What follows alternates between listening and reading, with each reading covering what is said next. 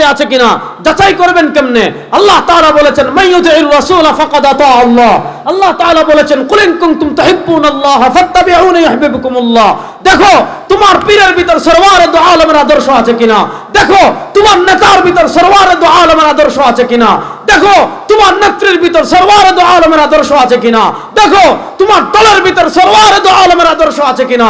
যদি তার ভিতর সরওয়ারে দু আলমের আদর্শ পাওয়া যায়, সরওয়ারে দু আলমের পথ মানে আল্লাহর পথ, যারা পিরাকির নামে, রাজনীতির নামে, নেতার নামে, নেত্রীর নামে সরওয়ারে দু আলমের আদর্শ থেকে বিচ্যুত হয়ে যাবে, আল্লাহর জাতের কসম করে বলি তাদের পথ কখনো আল্লাহর পথ হতে পারে না, তাদের পথ শয়তানের পথ ছাড়া কিচ্ছু না।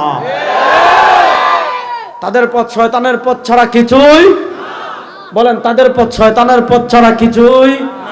এখন দেখেন আমাদের কারো কিবলা ভারত, ঠিক কিনা? ভারতের দালালরা কিন্তু ভারতে চলে গেছে, ঠিক কিনা? এরা গত 15 বছর আমাদেরকে বলতো আমরা কুল ইন কুনতুম তুহিব্বুনাল্লাহ ফাত্তাবিউনি ইউহিব্বুকুমুল্লাহ। বারাকাল্লাহু লানা ওয়া লাকুম ফিল কুরআনিল আযীম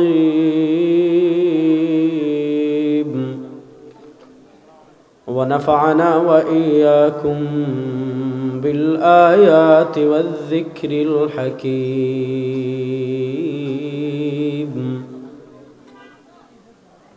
وقال رسول الله صلى الله عليه وسلم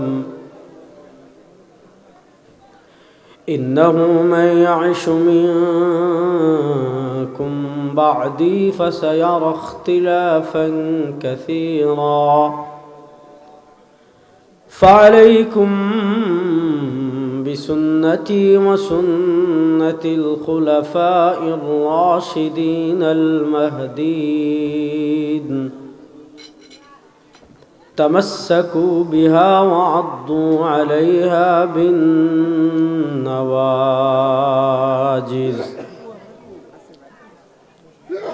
وإياكم ومحدثات الأمور فإن كل محدثة بدعة وكل بدعة ضلالة وكل ضلالة في النار أو كما قال عليه الصلاة والسلام।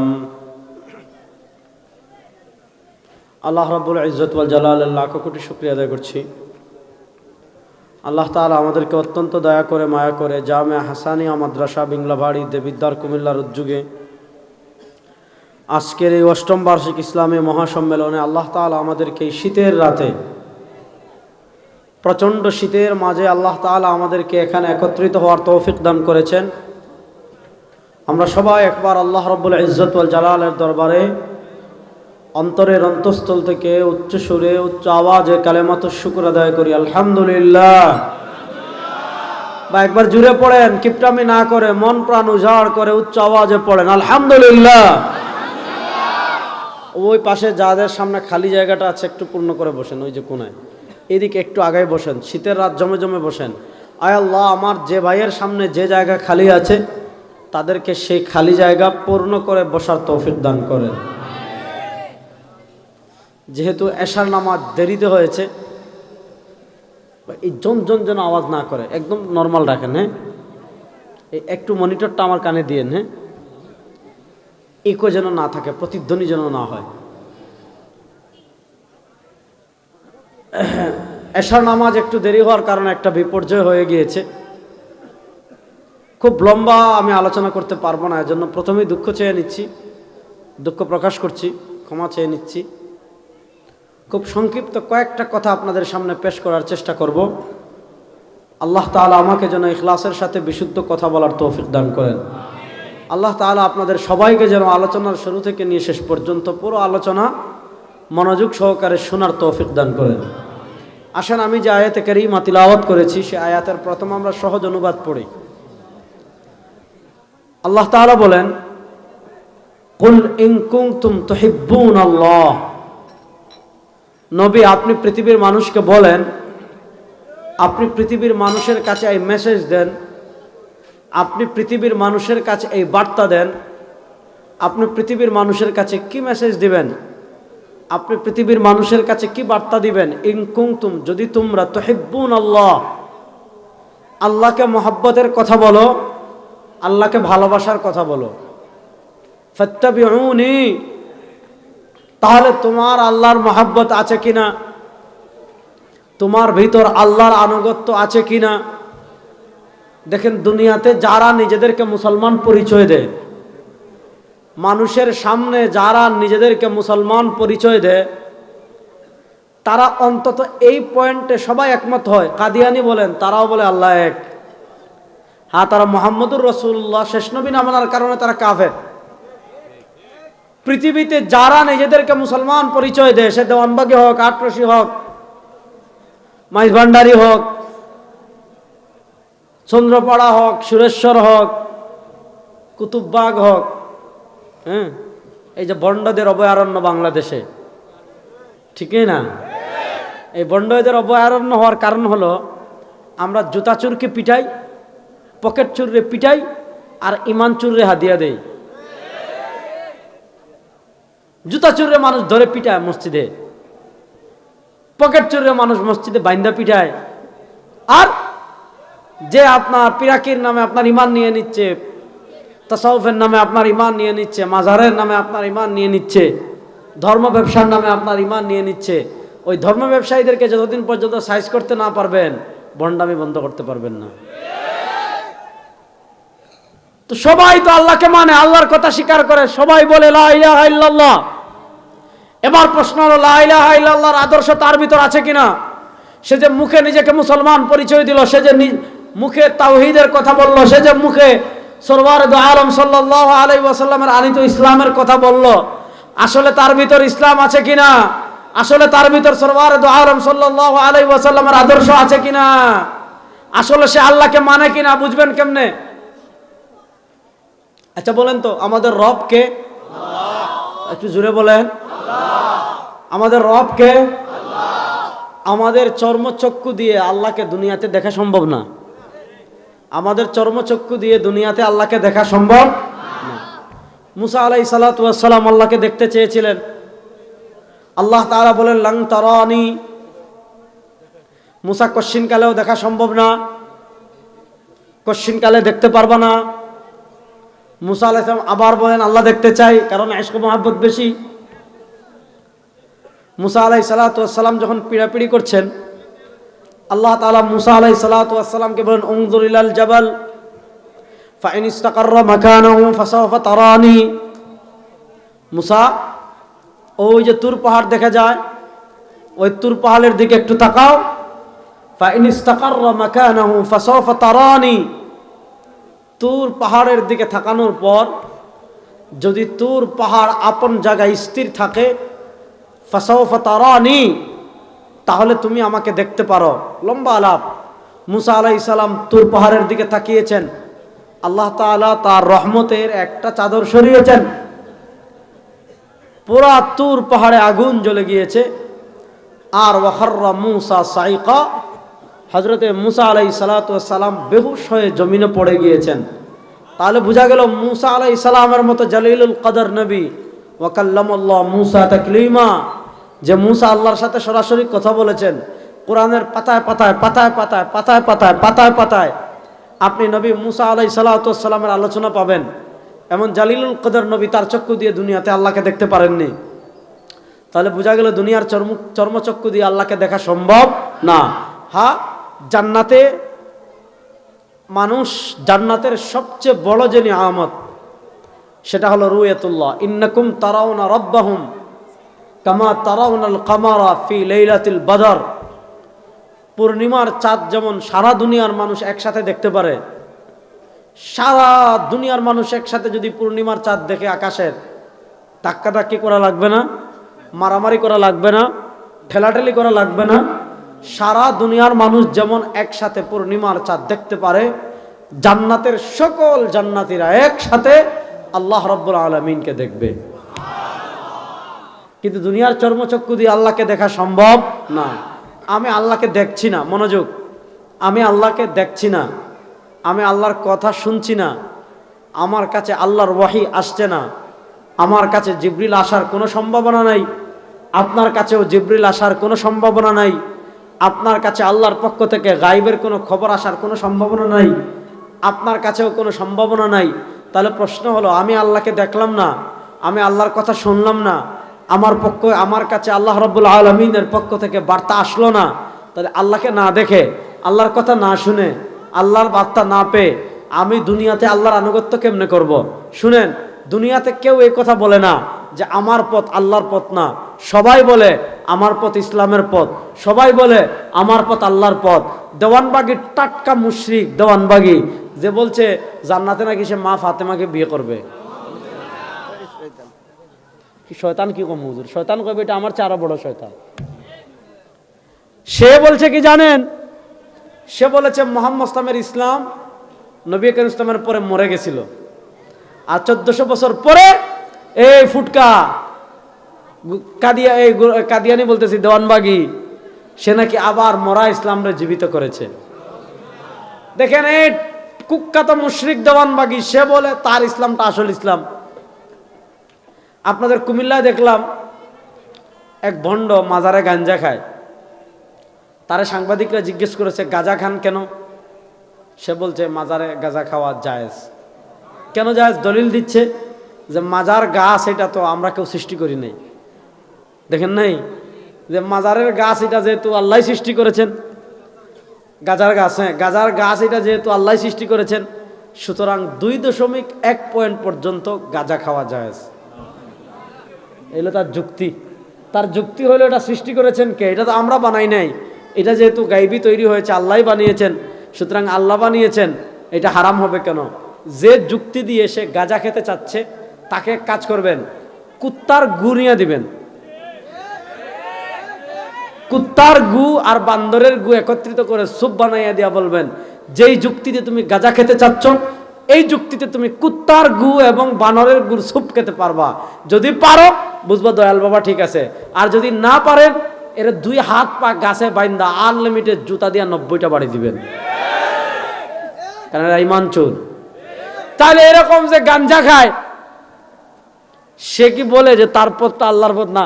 আরে সে বলে তারটা 1 নম্বর, একমাত্র জান্নাতের পথ তাদেরটা, আর বাকি সব জাহান্নামী। বলে না? আপনি এখান থেকে সোজা এদিকে যান, চাঁদপুরের মতলবে গেলে দেখবেন ল্যাংটা বাবা রাস্তা না, আসেনি? যুবকরা কথা বলে না, শুনছেন তো? না শুনলে আলহামদুলিল্লাহ, খুবই ভালো। চাঁদপুরে গেলে দেখবেন ল্যাংটা বাবা রাস্তা না, ল্যাংটা বাবা রাস্তা না গেলে, আচ্ছা বলেন যে বলদ ল্যাংটা থাকে এটা মানুষ না জানোয়ার? তাকে জানোয়ার বলা মানে জানোয়ারের অপমান করা। সে জানোয়ার থেকে আরো খারাপ, জানোয়ার তার থেকে 1000 গুণে ভালো। তো যে ল্যাংটা থাকে সে বলে তার ইসলাম আসল ইসলাম।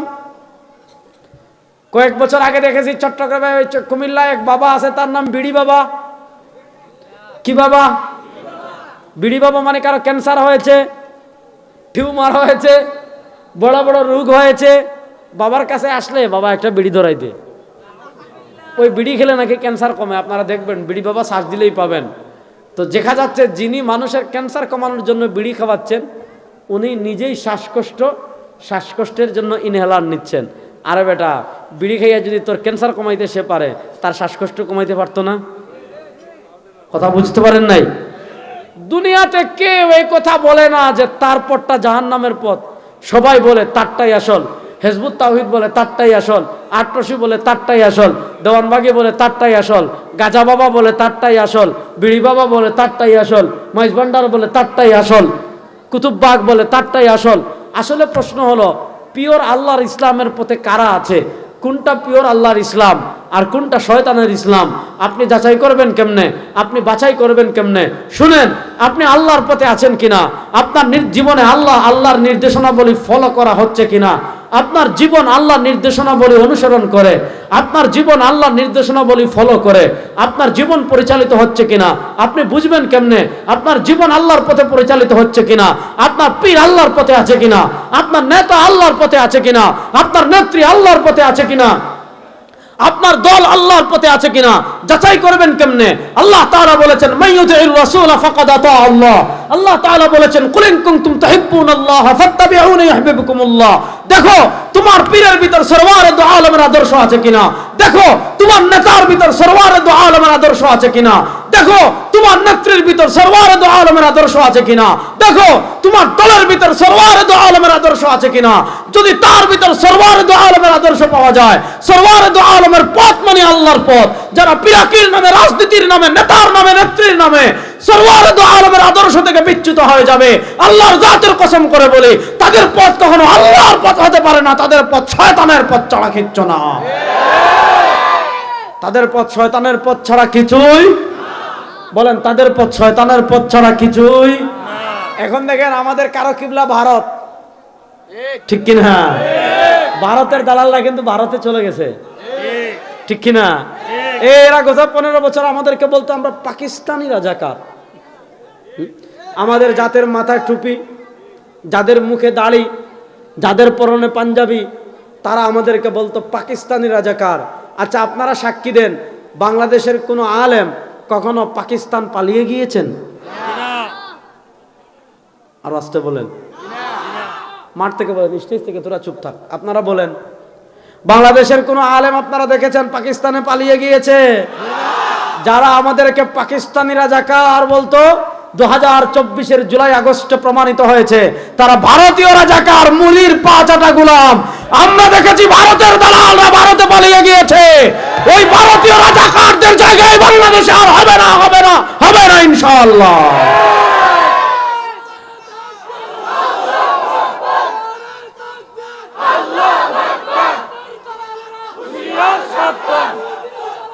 শুনেন, ভারত হুমকি দিয়ে আমাদের সাথে নাকি খেলবে, আমরা বলে আসেন রেডি।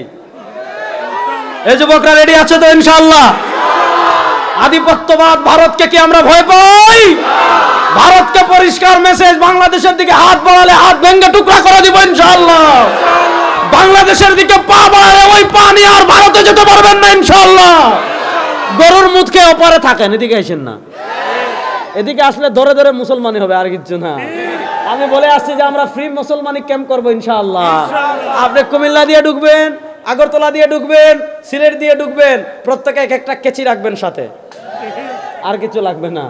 যারা হিন্দুদের গরুর মুখ খায় তাদের মোকাবেলার জন্য কেচির বাইরে আমাদের আর কিছু লাগবে না। আসবেন, ধরে ধরে ধরে ধরে মুসলমানি, তারপর যান পুষবেক। আমরা পৃথিবীর কোন আধিপত্যবাদকে ভয় পাই না।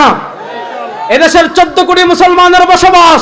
এই 14 কোটি মুসলমান যদি আমরা ঐক্যবদ্ধ থাকি, 14 কোটি মুসলমান যদি আমরা হাতে হাত মিলিয়ে থাকি, 14 কোটি মুসলমান যদি আমরা মানচিত্র রক্ষার জন্য তৈরি থাকি, ভারত আমাদের দিকে হাত বাড়ালে দিল্লি পর্যন্ত আবার কালেমার পতাকা উড়বে ইনশাআল্লাহ।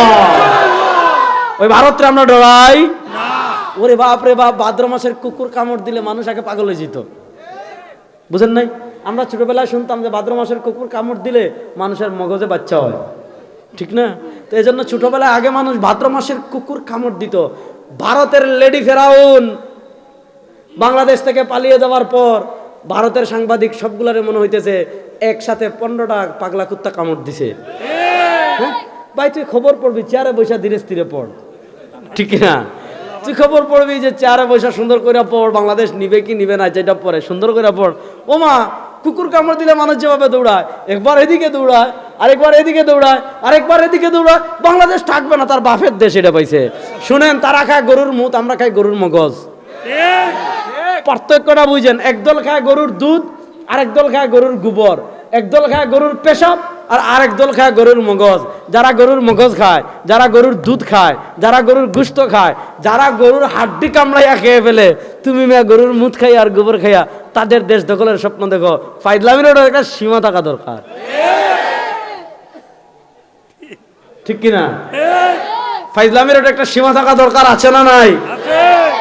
শুনেন, আমরা দীর্ঘদিন পর আধিপত্যবাদ থেকে মুক্তি লাভ করেছি, আর আমাদের আশেপাশে যারা আছেন থাকেন, আমাদের কোনো সমস্যা নাই, কিন্তু কাউকে আর বাংলাদেশের প্রভু হতে দেওয়া হবে না। এতদিন তারা বাংলাদেশের প্রভু কেন হয়েছিল? কারণ একদলকে ক্ষমতায় বসাইছে বিনা ভোটে, একবার বিনা ভোটে, আরেকবার দিনের ভোট রাতে করে ফেলছে পৃথিবীতে। শুনেন শুনেন শুনেন, একটা যুবকরা একটা কথা মাথায় বসাবেন, আপনি অবৈধভাবে হোক, ভারতের গোলামি করেই হোক, দিনের ভোট রাতে করেই হোক, সামান্য ক্ষমতা পেয়েছেন, ক্ষমতা পেয়ে কোরআনের বিরুদ্ধে দাঁড়াবেন না, ক্ষমতা পেয়ে ইসলামের বিরুদ্ধে দাঁড়াবেন না, ক্ষমতা পেয়ে আলেমদের বিরুদ্ধে দাঁড়াবেন না। শুনেন, পৃথিবীতে এমন নজির নাই যে সরকার পতনের সাথে সাথে 300 জন এমপি, সব মন্ত্রী, সব মেয়র সবাই একসাথে পলায়ন করেছে। পৃথিবীতে এমন কোনো নজির নাই, পৃথিবীতে এমন কোনো নজির নাই। আমি যে কথা আপনাদেরকে বলতে চাচ্ছি সেই কথাটা আগে ভালো করে বুঝেন। পৃথিবীতে এমন কেউ নাই, যত মতাদর্শ যারা আছে কেউ এই কথা বলে না যে আমার পথ জাহান্নামের পথ, কেউ এই কথা বলে না আমার পথটা আল্লাহর পথ না। বাংলাদেশ একটা দলই আছে, এটার নাম হইল আল্লাহর দল। একটা দল আছে, দলের নাম কি? আল্লাহর দল। আল্লাহর দল বলে তাদেরটা আল্লাহর পথ, হিজবুত তাওহীদ বলে তাদেরটা আল্লাহর পথ, দেওয়ানবাগি বলে তাদেরটা আল্লাহর পথ, তারপর আপনার বলেন আটরশি বলে তাদেরটা আল্লাহর পথ, মাইজভান্ডার বলে তাদেরটা আল্লাহর পথ। আসলে আল্লাহর পথ কোনটা আমাদের চেনার দরকার আছে না নাই? আল্লাহ তো আয়সা আপনাকে বলবেন না যে এটা আমার পথ, জিবরিলও আয়সা আপনাকে বলবেন না এটা আল্লাহর পথ। আল্লাহর পক্ষ থেকে আপনার কাছে গায়েবের কোনো খবরও আসবে না যেটা আল্লাহর পথ। আল্লাহর পথ চিনার সিস্টেম একটা। বলেন আল্লাহর পথ চিনার সিস্টেম কয়টা? একটু জোরে বলেন, আল্লাহর পথ চিনার সিস্টেম কয়টা? আল্লাহ তাআলা বলেন মাইয়ুতির রাসূল, আপনি খাবেন কেমনে? আল্লাহ যেভাবে পছন্দ করেন এভাবেই তো খেতে চান। আপনি হাঁটবেন কেমনে? যেভাবে হাঁটলে আল্লাহ সন্তুষ্ট হন এভাবে হাঁটতে চান। আপনি ব্যবসা করবেন কেমনে? যেভাবে ব্যবসা করলে আল্লাহ সন্তুষ্ট হন ওইভাবে ব্যবসা করতে চান। আপনি রাজনীতি করবেন কেমনে? যেভাবে রাজনীতি করলে আল্লাহ সন্তুষ্ট হন এভাবে করতে চান। আপনি রাষ্ট্র পরিচালনা করবেন কেমনে? যেভাবে রাষ্ট্র পরিচালনা করলে আল্লাহ সন্তুষ্ট হন এভাবে করতে চান। আপনি সংবিধান লিখবেন কেমনে? যেভাবে সংবিধান লিখলে আল্লাহ সন্তুষ্ট হন ওইভাবে তো সংবিধান লিখতে চান। কিন্তু প্রশ্ন হলো, কিভাবে সংবিধান লিখলে আল্লাহ সন্তুষ্ট হবেন? কিভাবে রাষ্ট্র পরিচালনা করলে আল্লাহ সন্তুষ্ট হবেন? কিভাবে হাঁটলে আল্লাহ সন্তুষ্ট হবেন? আল্লাহর তো পা নাই। কিভাবে ব্যবসা করলে আল্লাহ সন্তুষ্ট হবেন? আল্লাহ তো ব্যবসা করেন না। কিভাবে নেতৃত্ব দিলে, কিভাবে দেশ চালালে আল্লাহ তাআলা সন্তুষ্ট হবেন? আল্লাহ তাআলা তার এরকম দেশ নাই। আল্লাহ তাআলা রব্বুল আলামিন, সারা জাহানের তিনি মালিক। আল্লাহ বলেন মাইয়ুতির রাসূলা ফাকাদ আতা আল্লাহ। শুনো, কিভাবে হাঁটলে আল্লাহ সন্তুষ্ট হবেন জানো? দেখো কিভাবে সরওয়ারে দু আলম সাল্লাল্লাহু আলাইহি ওয়াসাল্লাম হেঁটেছেন। তোমার হাঁটা যদি সরওয়ারে দু আলম সাল্লাল্লাহু আলাইহি ওয়াসাল্লামের হাঁটার সাথে মিলে তাহলে তুমি আল্লাহর পথে আছো। কিভাবে খেলে আল্লাহ সন্তুষ্ট হন? দেখো তোমার খাওয়া সরওয়ারে দু আলমের খাবার সাথে মিলছে কিনা। যদি তোমার খাওয়া সরওয়ারে দু আলম সাল্লাল্লাহু আলাইহি ওয়াসাল্লামের খাবার সাথে মিলে যায় তাহলে বুঝবেন আল্লাহ সন্তুষ্ট আছেন। তুমি কোন পোশাক পরিধান করলে আল্লাহ সন্তুষ্ট হবেন? দেখো তোমার পোশাক সরওয়ারে দু আলম সাল্লাল্লাহু আলাইহি ওয়াসাল্লামের পোশাকের সাথে মিলছে কিনা। যদি মিলে যায় বুঝবেন তুমি আল্লাহর পথে আছো। তোমার চেহারা আল্লাহর সন্তুষ্টির মতে আছে কিনা। দেখো তোমার চেহারা সরওয়ারে দু আলম সাল্লাল্লাহু আলাইহি ওয়াসাল্লামের চেহারার সাথে মিলে কিনা। যদি তোমার চেহারা সরওয়ারে দু আলম সাল্লাল্লাহু আলাইহি ওয়াসাল্লামের চেহারার সাথে মিলে যায় তুমি আল্লাহর পথে আছো। তোমার ব্যবসা আল্লাহ তাআলার সন্তুষ্টি অনুযায়ী আছে কিনা। দেখো তোমার ব্যবসা সরওয়ারে দু আলম সাল্লাল্লাহু আলাইহি ওয়াসাল্লাম যেভাবে ব্যবসা করার কথা বলেছেন ওইভাবে হচ্ছে কিনা। ওইভাবে যদি হয় তুমি আল্লাহর সন্তুষ্টি পথে আছো। তোমার রাজনীতি আল্লাহর সন্তুষ্টি অনুযায়ী হচ্ছে কিনা। দেখো তোমার রাজনীতি সরওয়ারে দু আলম সাল্লাল্লাহু আলাইহি ওয়াসাল্লামের রাজনীতির সাথে মিলে কিনা।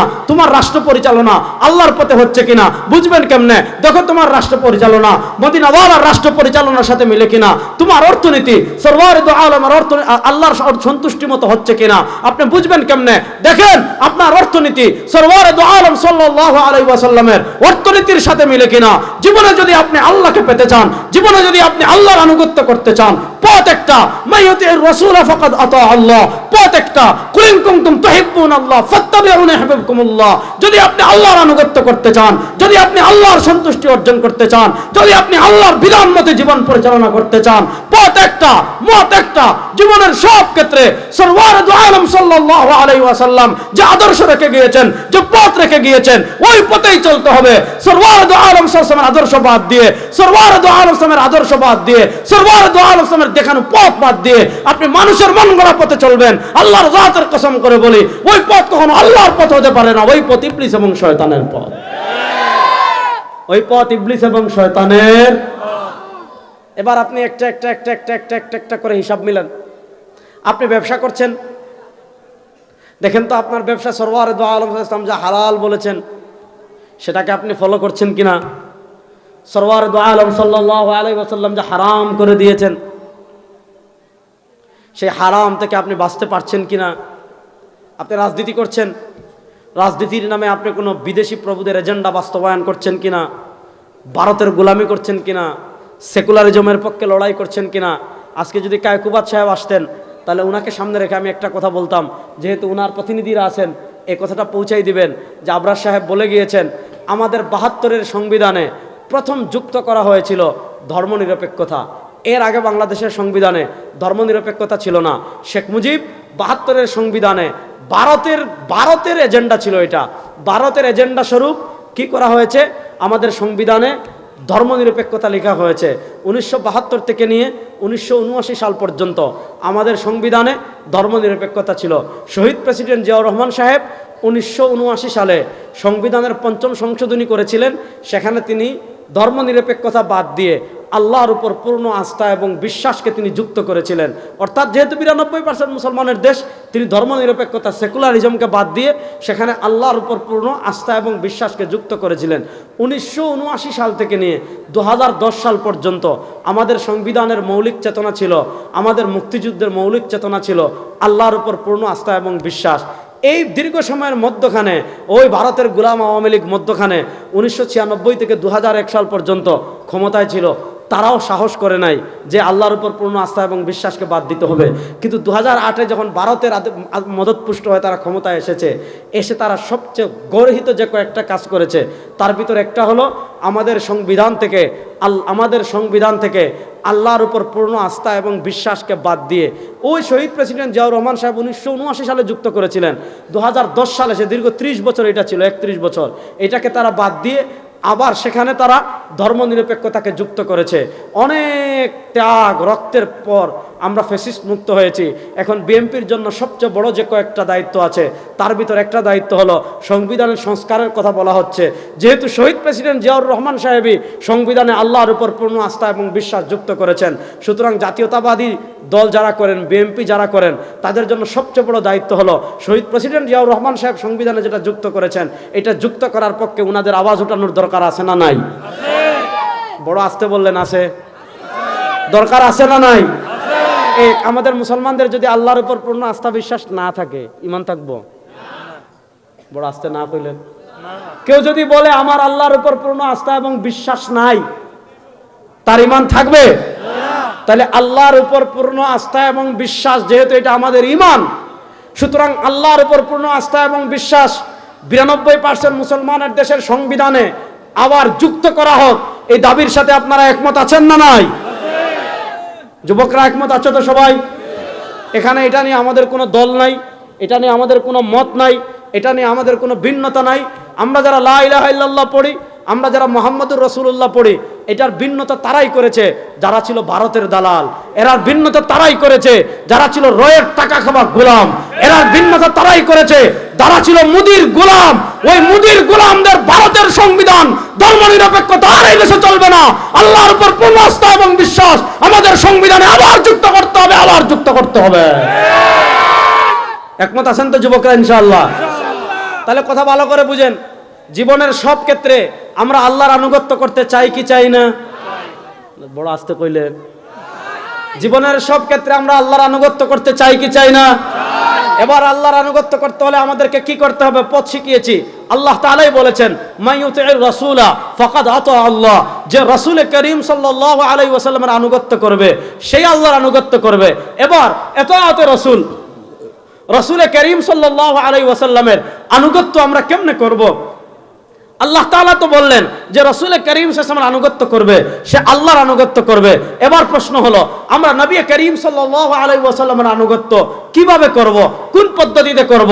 আল্লাহর কোরআনই বলছে রাসূল করিম সাল্লাল্লাহু আলাইহি ওয়াসাল্লামের আনুগত্য করতে হলে আপনাকে দুইটা কাজ করতে হবে। নবী করিম সাল্লাল্লাহু আলাইহি ওয়াসাল্লামের আনুগত্য করতে হলে আপনাকে দুইটা কাজ করতে হবে। কাজ নাম্বার 1, মা আতাকুমুর রাসূল ফাখুযু ওয়া মা নাহাকুম আনহু ফানতাহু। মা আতাকুমুর রাসূল ফাখুযু ওয়া মা নাহাকুম আনহু ফানতাহু। রাসূল করিম সাল্লাল্লাহু আলাইহি ওয়াসাল্লামের আনুগত্য করতে হলে দুই কাজ লাগবে।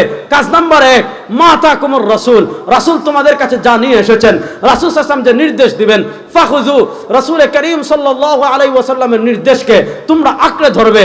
আর ওয়ামা নাহাকুম আনহু, নবী করিম সাল্লাল্লাহু আলাইহি ওয়াসাল্লাম তোমাদেরকে যা থেকে নিষেধ করবেন, ওয়ামা নাহাকুম আনহু, আর নবী করিম সাল্লাল্লাহু আলাইহি ওয়াসাল্লাম যা থেকে নিষেধ করবেন, ফাংতাহু, তা থেকে বেঁচে থাকবে। বুঝা গেল নবী করিম সাল্লাল্লাহু আলাইহি ওয়াসাল্লামের আনুগত্য করতে হলে দুইটা কাজ করা লাগবে। নবীর আদেশ মানা লাগবে, নবী যা নিয়ে এসেছেন তা মানা লাগবে, তা থেকে বাঁচতে হবে। প্রশ্ন হলো নবী করিম সাল্লাল্লাহু আলাইহি ওয়াসাল্লাম কি নিয়ে এসেছেন? আলা ইন্নী উতিতুল কোরআন ওয়া মিসলাহু মাআ, নবী করিম সাল্লাল্লাহু আলাইহি ওয়াসাল্লাম কোরআন নিয়ে এসেছেন, হাদিস নিয়ে এসেছেন। এবার আপনি যদি আল্লাহর আনুগত্য করতে চান, আল্লাহর আনুগত্য করতে হলে সরওয়ারে দু আলম সাল্লাল্লাহু আলাইহি ওয়াসাল্লামের আনুগত্য করতে হবে। আর সরওয়ারে দু আলম সাল্লাল্লাহু আলাইহি ওয়াসাল্লামের আনুগত্য করতে হলে দুইটা কাজ করা লাগবে। তিনি যা আদেশ করেছেন সেটা কোরআনের মাধ্যমে হোক অথবা হাদিসের মাধ্যমে হোক। কোরআনের মাধ্যমে তো নবীর আদেশ না, বরং আল্লাহর আদেশ এসেছে কোরআনের মাধ্যমে, আর হাদিস এটা কোরআনের ব্যাখ্যা। আল্লাহ তাআলা নবী করিম সাল্লাল্লাহু আলাইহি ওয়াসাল্লামকে অথরিটি দিয়েছেন, ইউআল্লিমুহুমুল কিতাব ওয়াল হিকমা, তিনি মানুষদেরকে কোরআনের ব্যাখ্যা বুঝাবেন, তিনি মানুষদেরকে কোরআনের বিশ্লেষণ বুঝাবেন। ইউআল্লিমুহুমুল কিতাব ওয়াল হিকমা, নবী করিম সাল্লাল্লাহু আলাইহি ওয়াসাল্লামের আদেশ নিষেধ মানা, এটা হলো তার আনুগত্য। আর তার আনুগত্য মানে আল্লাহর আনুগত্য। এখন দেখেন আমাদের পোশাকে নবী করিম সাল্লাল্লাহু আলাইহি ওয়াসাল্লামের আনুগত্য নাই, আমাদের চেহারায় নবী করিম সাল্লাল্লাহু আলাইহি ওয়াসাল্লামের আনুগত্য নাই, আমাদের ব্যবসায় নবী করিম সাল্লাল্লাহু আলাইহি ওয়াসাল্লামের আনুগত্য নাই, আমাদের বিয়েতে নবী করিম সাল্লাল্লাহু আলাইহি ওয়াসাল্লামের আনুগত্য নাই। আপনি বিয়ে কেমনে করবেন? ইসলামে এটা নাই। বুঝে বলেন, আপনি বিয়ে কেমনে করবেন? ইসলামে আছে না নাই? এবার বলেন, বিয়ের আগের রাতে এরকম ডেক সেট লাগিয়ে সারা রাত ব্যাপী নিশি রাইতে কার বাঁশি বাজে? আমাদের আপনার এখানে আছে কিনা আমি জানি না, কিন্তু আমার সিলেট আছে, আমি আমার সিলেটের কথা বলি। তাহলে বিয়ে শাদী কেমনে করবেন? আল্লাহ বলেছেন নবী করিম সাল্লাল্লাহু আলাইহি ওয়াসাল্লামকে অনুগত্য করতে হবে, অনুসরণ করতে হবে। রাসূলুল্লাহ সাল্লাল্লাহু আলাইহি ওয়াসাল্লামের আনুগত্য করার অর্থ হলো আল্লাহর আনুগত্য করা। এবার বলেন, রাসূলুল্লাহ সাল্লাল্লাহু আলাইহি ওয়াসাল্লাম জীবনে বিয়ে করেন নাই? মাঠ থেকে উত্তর দেন। আচ্ছা বলেন, রাসূলুল্লাহ সাল্লাল্লাহু আলাইহি ওয়াসাল্লাম বিয়ে করেছেন, সাহাবায়ে কেরাম বিয়ে করেছেন, তাবেঈনগণ বিয়ে করেছেন, তবে তাবেঈনগণ বিয়ে করেছেন, আইম্মা মুজতাহিদিনগণ বিয়ে করেছেন, তারা সবাই বিয়ে করেছেন। আচ্ছা বলেন, নবী করিম সাল্লাল্লাহু আলাইহি ওয়াসাল্লাম তো বিয়ে এক কান দুক্কান না, নবী করিম সাল্লাল্লাহু আলাইহি ওয়াসাল্লাম এক দুই বিয়ে করেন নাই, নানা কারণে নানা হিকমায় নবী করিম সাল্লাল্লাহু আলাইহি ওয়াসাল্লাম 11 বিয়ে করেছেন। 11 বিয়ে তিনি তার জৈবিক চাহিদা পূর্ণ করার জন্য করেন নাই।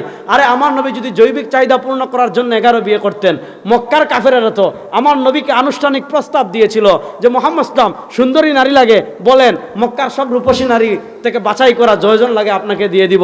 আরে আমার নবী যদি জৈবিক চাহিদা পূর্ণের জন্য এতটা বিয়ে করতেন, তাইলে তো তিনি তার যৌবনের সিংহভাগ 25 থেকে নিয়ে 40 বছর পর্যন্ত, আল্লাহ নবী ইসলামের বয়স 25 বছর, আর খাদিজা রাদিয়াল্লাহু তাআলার বয়স তার প্রায় কাছাকাছি দ্বিগুণ, 40 বছরের অধিক সময়। তো রাসূলুল্লাহ সাল্লাল্লাহু আলাইহি ওয়াসাল্লাম তার যৌবনের সিংহভাগ একজন বৃদ্ধ, মানে রাসূলুল্লাহ সাল্লাল্লাহু আলাইহি ওয়াসাল্লামের চেয়ে দ্বিগুণ বয়স্ক আম্মা জান হযরত খাদিজাতুল কুবরা রাদিয়াল্লাহু তাআলার সাথে সংসার করেছেন। যতদিন খাদিজা রাদিয়াল্লাহু তাআলা জীবিত ছিলেন, আল্লাহ নবী ইসলাম আর কোনো নারীকে বিয়ে করেন নাই। শুনেন, আমার নবীর চরিত্র তোমাদের কারো থেকে গ্যারান্টি নিতে হবে না, কোনো স্কলার থেকেও নিতে হবে না, কোনো আলেম থেকেও নিতে হবে না, কোনো শায়েখ থেকেও নিতে হবে না। আমার নবীর চরিত্রের গ্যারান্টি দিয়েছেন আল্লাহ। লাকাদ কানা লাকুম ফি রাসূলিল্লাহি উসওয়াতুন হাসানা, আমার নবীর চরিত্রের গ্যারান্টি দিয়েছেন আল্লাহ। সুশীলগিরি করে আর টকশুতে বসে সুশীলগিরি মারবেন আর নবী করিম সাল্লাল্লাহু আলাইহি ওয়াসাল্লামের চরিত্র নিয়ে কথা বলবেন, ওই পিছনের দিন বাগে খেয়ে ফেলছে, ওই দিন বাংলাদেশে আর নাই। কথা পরিষ্কার। আমাকে গালি দেন, ধৈর্য ধরবো, কোনো সমস্যা নেই। আমার পীরকে গালি দিবেন, ধৈর্য ধরবো। নেতাকে গালি দিবেন, ধৈর্য ধরবো। বাংলাদেশকে গালি দিবেন, ধৈর্য ধরবো।